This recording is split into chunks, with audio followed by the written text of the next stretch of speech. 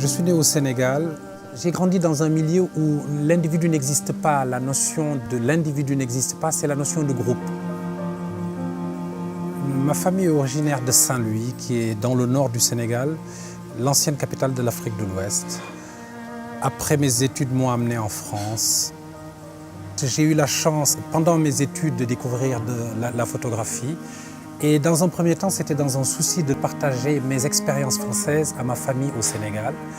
Et très rapidement, cette envie de partage s'est transformée en passion. Et évidemment, à côté de la passion, il y avait l'envie d'ailleurs. Et cet ailleurs-là, il se trouvait que c'était dans un premier temps l'île de la Réunion et après l'île Maurice.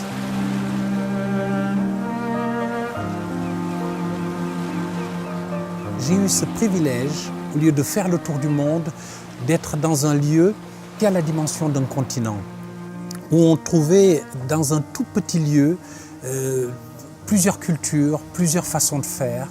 Et là, ça a été le choc pour moi. J'ai redéfini mon essentiel en termes d'image. C'est-à-dire qu'au début, j'étais à saisir la façade. J'ai compris que ce qui était essentiel, c'était pas tant ce que l'on voyait que le message qu'on voulait y mettre.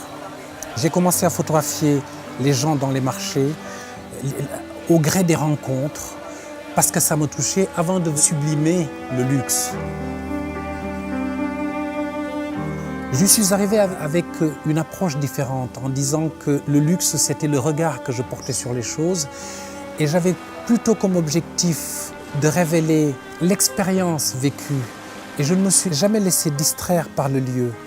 Pour moi, le fil conducteur, c'est quand on rentre dans un lieu, il y a une interaction. Je viens avec une énergie, il y a le lieu, il y a la lumière, parce que photographier, c'est écrire avec la lumière.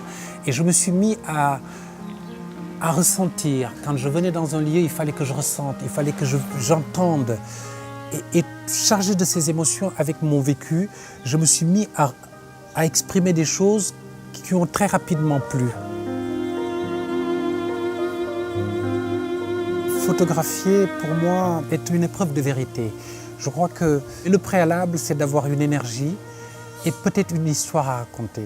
La photographie est un outil qui permet à la fois de faire rêver et aussi de dénoncer. Et aujourd'hui, j'avais l'envie de mettre mon background et peut-être mon sens de la lumière au service d'autre chose, au service peut-être d'une cause oubliée qui, à mon avis, est le mal du monde moderne, qui est l'indifférence.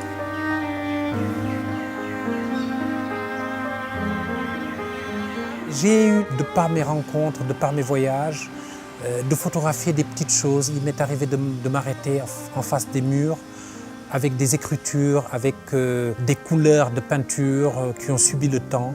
Et je réalisais à ces moments-là que j'étais le seul à les regarder et que tout le monde continuait son chemin. Et d'ailleurs, la plupart de ces choses que j'ai photographiées aujourd'hui n'existent pas, ont été détruites ou sont tombées dans l'oubli. Et c'est à cet instant-là que j'ai réalisé que j'avais peut-être, à côté de mon travail photographique, de ma sensibilité, un autre combat à mener, qui est le combat contre l'indifférence.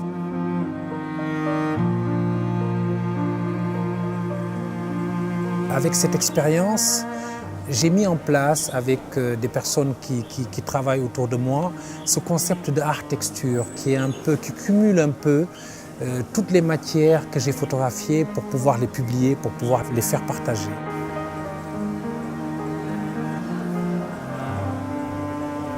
Et là, cette expérience où je fais une exposition autour d'art texture, avait quelque chose d'étonnant.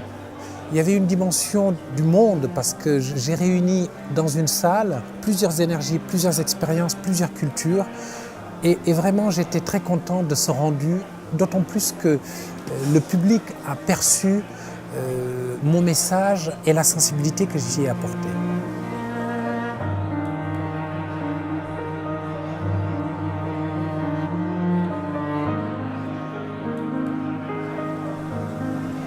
La technologie peut s'avérer utile. C'est le cas avec ma rencontre avec le géant de l'Internet Google, qui m'a donné l'opportunité, en étant présent sur Google Open Gallery, en me choisissant parmi ceux qui illustraient la vitrine pour le lancement, c'était pour moi l'opportunité de partager ce combat qui m'est cher à travers Architecture, c'est-à-dire le combat contre l'indifférence, parce que ce que je pouvais dire autour de moi avec mes amis pouvait faire le tour du monde rapidement. Et là, ça devient magique.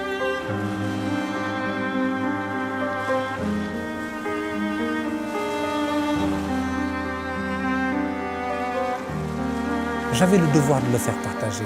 J'avais le devoir en tant qu'artiste de dire au monde, arrêtons-nous sur ces choses-là, arrêtons-nous sur cette vie qui a l'air peut-être insignifiant pour trouver qu'effectivement l'essence de la vie est là.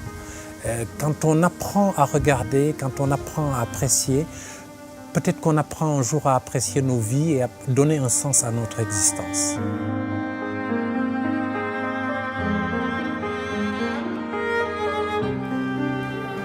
Fraser Bank World of Art was set up to bring art to Mauritians and also expose the world to the fact that Mauritius is not just a financial and business center, it's a thriving cultural hub with so many people coming in and out of Mauritius, doing business around the region and living here. We think it's a great way to help bring our brand and bring people awareness of Mauritius. Well, Bumba is an internationally well-known artist, and he also calls Mauritius his second home. And some of his art is actually inspired by Mauritian scenery, so it made a lot of sense. He's working with major companies like Google, so it's delighted to have such a talent bringing aspects of Mauritius to the world, and him spending a lot of time here. We thought it made a lot of sense to be in partnership with Bumba.